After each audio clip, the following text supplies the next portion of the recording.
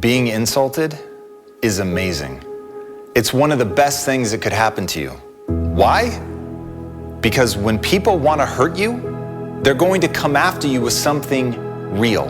Nobody throws an insult at you that they think is patently ridiculous. The things that they insult you for are the things that they know are going to get under your skin.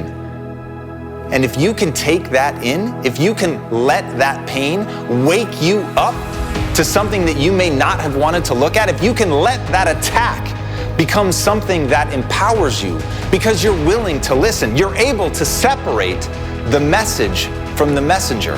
You're able to see that even though what they're trying to do is hurt you, that in there is a nugget of truth. And the way that I think about that is when people throw something at me, they're throwing a nugget of gold. And yes, it sucks every time you get hit in the face with a nugget of gold. But if you don't throw your defenses up, if you take that shot, suddenly at your feet is something very valuable, something that you can use. And all you have to do is be willing to pick it up.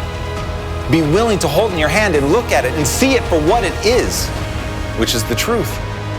And in the truth, then you can see how you really are. And once you see how you really are, then you can make that change. But it all begins with the pain. It all begins with the suffering. It all begins with an insult. It all begins with something aimed to take you down. But when you have the mentality of a learner, when your identity is around self-improvement, when the thing that makes up who you are is your single-minded willingness to stare nakedly at your inadequacies, suddenly you can change. Suddenly, it doesn't hurt so much to have somebody say something. As long as it's true, you're willing to use it. As long as it's true, you're willing to take it on board and see how you can improve and get better. But first, you must stop being willfully blind to your inadequacies. You must stop being willfully blind to the mistakes that you make. You must stop being willfully blind to the areas that you need to improve if you want to achieve the things that you say you want to achieve. But that's where people get stuck. They get stuck in self-esteem. They get stuck building their self-esteem around something that is weak, something that is fragile, something that can be attacked.